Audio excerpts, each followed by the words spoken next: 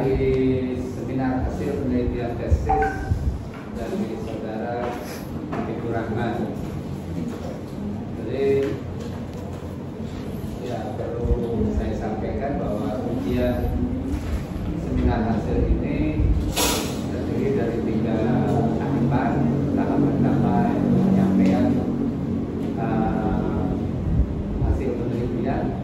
Karena itu tolong bab 1, 2, 3 sifatnya hanya menguatkan saja, memberikan informasi sebelumnya. Dan kalau misalnya ada revisi pada proposal itu bisa saudara sampaikan di sini. Tapi jangan mengambil banyak waktu untuk membahas bab 1, 2, 3. Intinya pada pertemuan hari ini adalah penyampaian hasil penelitian, sehingga fokus pembicaraan dan hasil penelitian dan kesimpulan yang diambil dari penelitian tersebut. Nah, hari ini kita punya program uji netral yaitu Pak Sudirman dan Pak Ari.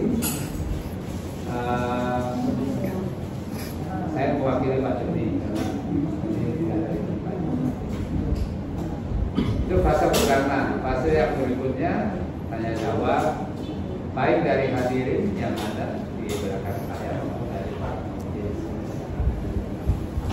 Setelah itu ada sesi terakhir, yaitu sesi penentuan apakah bukan penilaian tapi penentuan apakah ini dianggap layak untuk dilanjutkan atau perlu revisi atau perlu komentar-komentar dari para penguji. Itu nanti disampaikan terakhir ada bagian ketiga. Saya kira untuk mengurangi terbuangnya waktu, saya persilakan saudara Habib untuk membagikan waktunya jangan lebih dari 12 menit. Baik, silakan. Bismillahirrahmanirrahim. Assalamualaikum warahmatullahi wabarakatuh. Terima kasih atas kehadiran teman-teman yang terhormat, Bapak Pembimbing 1 sekaligus penguji 1, Pak Profesor Dr. Joni Rahmat MSI, Pembimbing 2 sekaligus penguji 2, Dr. Andos Untung Uluyama PhD, di penguji 3 Dr. Andos Haji Sudirman MPD, dan penguji 4 Muhammad Musfari MMA PhD. Baiklah, untuk mempersingkat waktu, kami langsung ke tema pokok bahasan tentang implementasi sekolah perjumpaan sebagai model penguatan pendidikan karakter di SMA 1 Gunung Sari.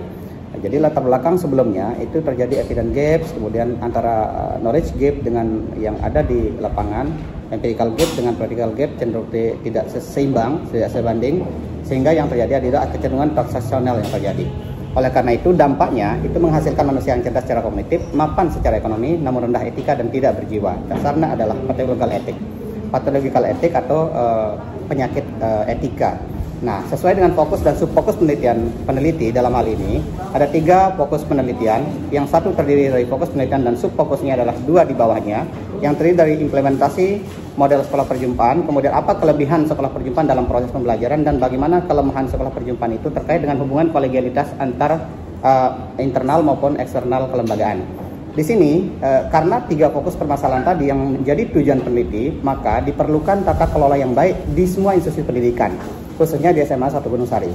Yang kedua, sekolah memiliki peran penting dalam menyelesaikan permasalahan bagaimana pembelajarannya dari 3 subfokus tadi itu.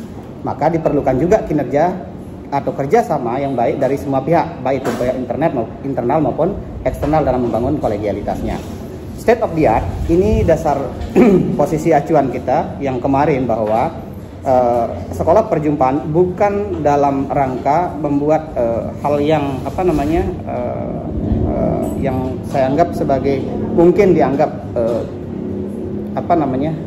aneh gitu ya, tetapi mengisi kekosongan yang sudah ada, hal-hal yang sudah ada, hal-hal yang sudah baik, kemudian diisi oleh SP dengan mengembalikan nilai-nilai yang dengan prinsip-prinsip yang ada di desain pembelajaran. Model yang digunakan adalah model sekolah perjumpaan. Nah, sekolah perjumpaan ini adalah sebuah model pembelajaran nilai atau moral yang dipraktikkan melalui bahasa dengan merujuk pada emosi berperasaan atau intentional state-nya, niat dalam hal ini, yang itu dipraktikkan secara bersama-sama, secara konsisten kapanpun, dimanapun, entah itu di kelas mikro maupun di kelas makro. Oleh karena itu diperlukan dalam memperkuat pendidikan karakter ini di level internal sebagai kelas mikronya nanti dan di level eksternal sebagai kelas makronya. Oleh karenanya, pertanyaannya mengapa harus SP yang ada di Gunung Sari? Alasan yang pertama adalah nilai filosofisnya. Ada nilai manusia dalam konteks ini adalah nilai A, B, dan C. Jadi catatannya di sini adalah nilai manusia itu bukan hanya dalam makna biologis, dalam makna sama dengan binatang atau fisiosfer sama dengan alam materi. Jadi manusia tidak sesederhana itu. Jadi secara filosofi manusia itu terdiri dari A, B, dan C. Jadi instrumen fisiosfer itu materi, alam materi, biosfer alam biologis, dan dia adalah consciousness, alam kesadaran, jiwa. Jadi manusia tidak hanya di level biologis atau materi, tetapi alam kesadarannya. Nah, perspektif yang dipakai dalam melihat ini adalah perspektif keluasan dan kedalaman. Bukan perspektif keluasan, tetapi perspektif kedalaman. Kalau jagat raya dilihat melalui perspektif keluasan, kalau di sini manusia dilihat perspektif kedalaman. Perjumpaan itu merupakan nilai tertinggi sebagai manusia. Kenapa kemudian manusia itu menjadi tujuannya, menjadi instrumen fokusnya sebagai nilai-nilai yang harus dibangun di sana? Karena dia adalah memang nilai tertinggi, sehingga setiap perjumpaan itu haruslah dalam rangka memperkuat hubungan, bukan dalam rangka menjauhkan hubungan, sehingga tidak seperti sekarang ini. Oleh kajian teoritiknya adalah yang kita gunakan di sini adalah kajian universal pragmatik miliknya Jürgen Habermas.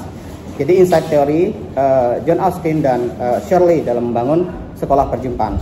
Berikutnya, Habermas mendasarkan kerangka posisi penggunaan bahasanya pada realitas luar, realitas dalam, dan realitas normatif. Normativitas inilah yang menjadi acuan bagi Habermas dalam rangka melihat secara struktur apa saja yang ada, kemudian di level bawah apa saja yang akan berlaku di komponen-komponen yang praktik yang ada di bawahnya nantinya. Nah, oleh karena itu sekolah perjumpaan ini hadir dalam mendasarkan konsep pada 5 prinsip deontik dari bahasa, yaitu direktif, asertif, komisif, kemudian ekspresif, dan deklaratif. Oleh karena itu, metode dan penelitian dalam ini kualitatif, metode deskriptif, desain single case study, teknik observasi yang digunakan itu adalah penelitian model Miles Habermas seperti yang sudah ada di seminar proposal sebelumnya. Ke pemeriksaan keabsahan data, mulai konfirmabilitas, reliabilitas dan transferabilitas, dan sampai kepada kredibilitas, melihat triangulasi antara sumber, teknik, dan waktu pengumpulan data. Saya masuk ke hasil penelitian. Hasil penelitian, profil sekolah saya masuk ke Gunung Sari itu berada di Kecamatan Gunung Sari, Kabupaten Lombok Barat. Alasan peneliti melakukan penelitian ini adalah dalam rangka yang pertama, sekolah ini menerapkan sekolah perjumpaan. Kemudian yang kedua, sekolah ini merujuk pada data sekolah bukan kategori sekolah besar, ya. Bukan kategori sekolah besar, ada sekolah-sekolah yang lebih besar dari SMA 1 Gunung Sari di Kabupaten Lombok Barat, apalagi di Kota Mataram, tetapi dia tidak melaksanakan prinsip program sekolah perjumpaan.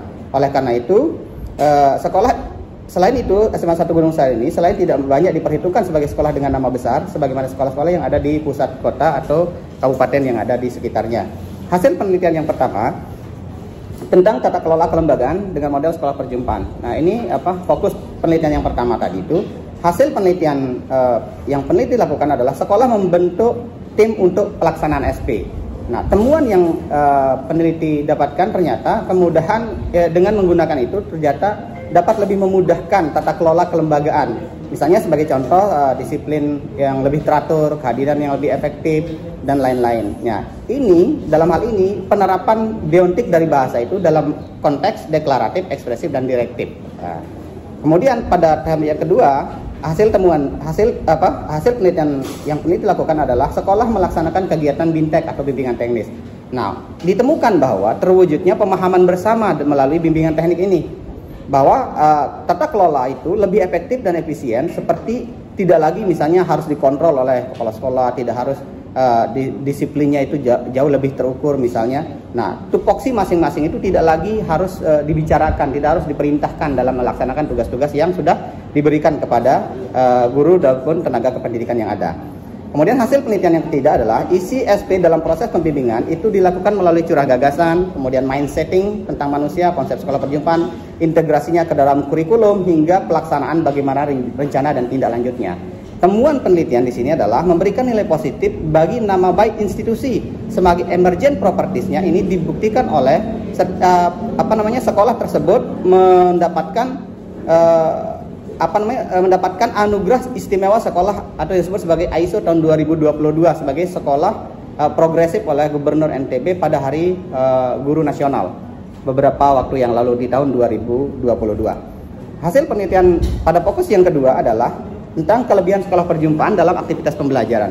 Hasil penelitiannya adalah yang pertama, kegiatan SP itu dilaksanakan melalui beberapa tahapan, yaitu sosialisasi program, merumuskan prototipe perilaku, dan sampai kepada bagaimana refleksi terhadap aktivitas pembelajarannya. Dalam hal ini ditemukan bahwa terjadi praktek-praktek nilai etik yang secara bersama-sama saling menguatkan, saling mengingatkan antara nilai satu dengan nilai yang lain, seperti bersikap jujur, mengungkapkan permasalahan apa adanya, dan melakukan hal-hal yang positif sesuai dengan nilai-nilai yang ada. Kemudian hasil penelitian yang kedua adalah sekolah menyelenggarakan SP berbasis kelas, berbasis mata pelajaran, berbasis GLS, gerakan literasi sekolah, dan berbasis orang tua asuh.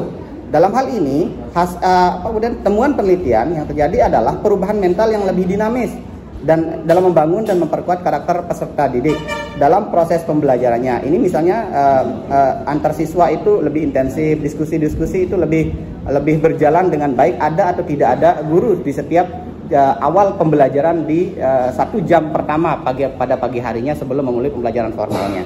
Yang ketiga, hasil penelitian itu adalah penelitian pada fokus yang kedua ini adalah program dilaksanakan merujuk pada aktivitas yang ada sesuai dengan kurikulum yang terintegrasi.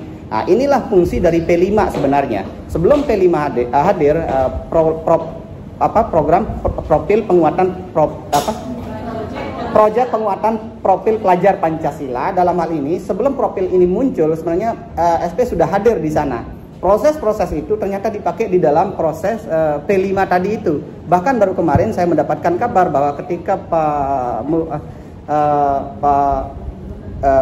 Kasih Kurikulum Dikbud sedang berada di Bogor dan saya mendapatkan PDF-nya, ternyata model-model parenting yang digunakan dalam P5 sekarang ini, Kurikulum Merdeka itu mengadopsi dalam model pendidikan yang ada di SP, bagaimana mengakomodir model-model komponen. Kita tahu bahwa sekolah merdeka ini adalah kurikulum merdeka ini mengambil insight-insight baik, menaik insight-insight dari segala lini untuk diambil diterapkan menjadi agenda nasional. Itu yang dia gunakan, mana hal-hal yang positif, mana hal-hal yang baik itu diarangkum menjadi program Kemendikbud untuk digunakan, dan itu termasuk SMA Gunungsari adalah menjadi sekolah yang dipilih menjadi sekolah sebagai sekolah penggerak pada hari ini, karena model desain yang dipakai adalah model SP yang dalam parenting yang tersebut, salah satunya.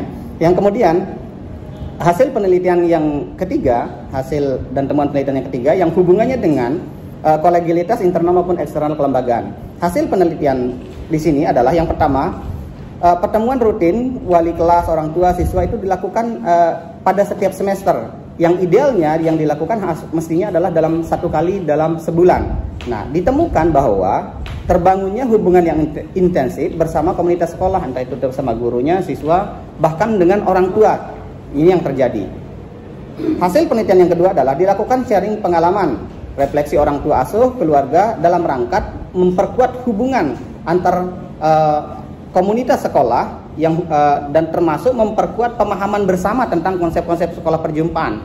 Ya, ini yang sering jadi masalah nanti di berikutnya, sehingga perkembangan siswa pun bisa diperoleh oleh semua orang tua asuh, semua orang tua yang ada yang bersekolah anaknya di SMA 1 Gunungsari. Nah, temuannya adalah memang ditemukan masalah-masalah keluarga waktu share meaning tadi itu, ketidakpahaman, bahkan ada kesalahpahaman tentang konsep SB. Di situ diperkuat pada waktu share meaning tadi itu, waktu dia berkolaborasi, diskusi bersama, sharing pengalaman, bahkan permasalahan-permasalahan yang ada di keluarga di situ dipecahkan. Ternyata ditemukan memang banyak sekali miskomunikasi tentang konsep-konsep ini, termasuk permasalahan-permasalahan yang terjadi di sekolah dan di rumah itu diketahui oleh semua, termasuk guru dan orang tua nanti. Oleh karena itu, yang terakhir adalah hasil penelitian di sini adalah terjadi kendala di lapangan itu lebih ke arah teknis koordinasi yang belum menyentuh seluruh komponen orang tua. Nah,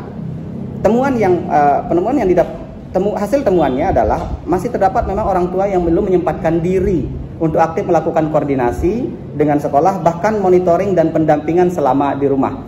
Kenapa terjadi itu? Karena memang banyak orang tua yang tidak mengerti teknologi Di halaman website, kalau Anda buka, Bapak Ibu buka sekarang itu, di halaman website SMA 1 Gunung Sari, Bapak Ibu akan mendapatkan beberapa halaman isian observasi, asesmen, dan lain sebagainya, termasuk pelaporan-pelaporan orang tua yang terintegrasi dengan sekolah. Secara terbuka bisa dilihat di sana. Bahkan penggunaan dana BOS tidak mudah bagi sekolah yang ada di NTB dengan secara gamblang mempublikasikan hasil penggunaan dana BOS-nya di website sekolahnya secara terbuka. Ini dalam bentuk keterbukaan dan kerelaan berterima yang dibangun di dalam sekolah perjumpaan tadi itu. Oleh karena itu, analisis hasil penelitian di sini bagi peneliti, bagi saya, yang pertama adalah jika selama ini secara epistemik melihat tata kelola itu dalam rangka rasio instrumental, karena ada kepentingan. Jadi kepentingan A, kepentingan B, kepentingan C dirangkum menjadi satu berdasarkan kepentingan masing-masing. Jika kepentingan-kepentingan ini yang dibangun selalu akan memberikan rasio instrumental bahwa kepentingan masing-masing diakomodir oleh kepentingan orang lain. Artinya apa? Orang lain dijadikan sebagai alat untuk mencapai kepentingan diri sendirinya. Ini sudah terjadi patologi etik yang kita sebutkan dari awal tadi. Kita mengobjektifikasi subjek, bahwa artinya kita memanfaatkan orang lain untuk kepentingan kita. Saya pedagang, ada pembeli, saya memanfaatkan kemampuan saya untuk berdagang untuk memanfaatkan si pembeli untuk tertarik terhadap barang saya. Berarti pembeli adalah alat bagi saya untuk mencapai tujuan saya. Ini yang terjadi selama ini. Makanya logiknya adalah, ini dasarnya adalah dasar epistemik bahwa rasio yang digunakan adalah rasio instrumental. Dalam hal ini sesuai dengan konteks teorinya Austin dan Searle melalui kelompok transactional value. Jadi semua berdasarkan model transaksional. Kemudian berikutnya hasil temuan yang pertama terkait dengan model besar yang tadi di atas, bahwa yang pertama tata kelola kelembagaan model sekolah perjumpaan ini, yang pertama harus ada dasarnya adalah value, harus ada nilai yang dibangun di atas semuanya yang tadi itu, baru bisa mencapai aktivitas bersama, kemudian menjadi kegiatan bersama yang dilakukan oleh secara bersama-sama. Ini problemnya. Kalau selama ini diserahkan kepada masing-masing individu, silahkan memperbaiki diri secara individu, ini pasti berat. Masing-masing kita terkontaminasi dengan hal-hal yang di luar diri kita, dari eksternal diri kita. Oleh karena diperlukan kelompok dalam rangka membangun semua itu, dalam membangun komunitas pembelajar semacam ini. Oleh karena itu, yang kedua, maka kelebihan sekolah perjumpaan yang dihubungkan dengan aktivitas pembelajaran itu harus ada value mikro dalam melakukan pelatihan tadi itu. Nilai-nilai baik, kejujuran, kemudian hal-hal yang bersifat normativitas tadi itu, yang sifatnya normativitas tadi itu harus dibangun berdasarkan value kelas mikro, di situ dilatihkan. Nah, ini sesuai dengan teori universal pragmatik miliknya Jürgen Habermas itu, bahwa di sini mengacu pada 5 deontik bahasa yang terdiri dari asertif, komisif, ekspresif, direktif, dan deklaratif tadi itu. Oleh karena itu, merujuk pada teori yang ini kemudian dipraktekkan nilai-nilai ini di dalam kelas mikro, maka kelas makronya adalah berada pada hubungan kolegialitas internal maupun eksternal kelembagaan. Nah, di sini ketika bertemu siapa saja, ketika berjumpa dengan siapa saja, ketika berada dimanapun dan kapanpun, nilai-nilai ini dipraktekkan dalam kelas makro, artinya skala yang lebih luas. Oleh karena itu, implementasi sekolah perjumpaan dalam memperkuat hubungan kolegial antar siswa ini melalui harus ada media wadah yang secara internal tadi di kelas mikro sudah dipraktekkan, maka di kelas makro ini dipraktekkan secara bebas menurut nilai-nilai yang sudah dibangun di dalam sekolah perjumpaan. Hal ini sejajar dengan apa yang dikatakan oleh Habermas, bahwa mewujudkan komunikasi yang ideal bagi seluruh komponen. Dasarnya adalah kebebasan berbicara, kesamaan hak, dan distribusi kapasitas. Itu miliknya Habermas. Oleh karena itu, tetapi peneliti mendapatkan ada sedikit kritik di situ, bahwa dari teori yang ada, peneliti memperoleh bahwa ada perbedaan model distribusi kapasitas dengan model sekolah perjumpaan yang dikemukakan oleh Pak Husni Muaz dalam hal ini. Yang pertama misalnya distribusi kapasitas. Distribusi kapasitas sebagai representasi perwakilan dari berbagai strata sosial dalam kemasyarakatan. Ini kan yang dibangun oleh Habermas, setiap orang itu memiliki perwakilan untuk berbicara di komunitas publik yang lebih besar tadi itu. Sehingga kita menyatakan ini kalau di sekolah itu sebagai komite, ketua komite dalam menyampaikan aspirasi-aspirasi. Nah, kalau di dewan ini mungkin dianggap sebagai dewan perwakilan rakyat. Di SP tidak menggunakan distribusi kapasitas sebagaimana yang disebut, karena harus ketaraan sejajaran tadi itu. Hingga yang terakhir itu menitik beratkan pada kuatnya kepentingan politik. Sehingga keputusan didasarkan atas kehendak bersama yang disepakati berdasarkan value atau prinsip-prinsip deklaratif.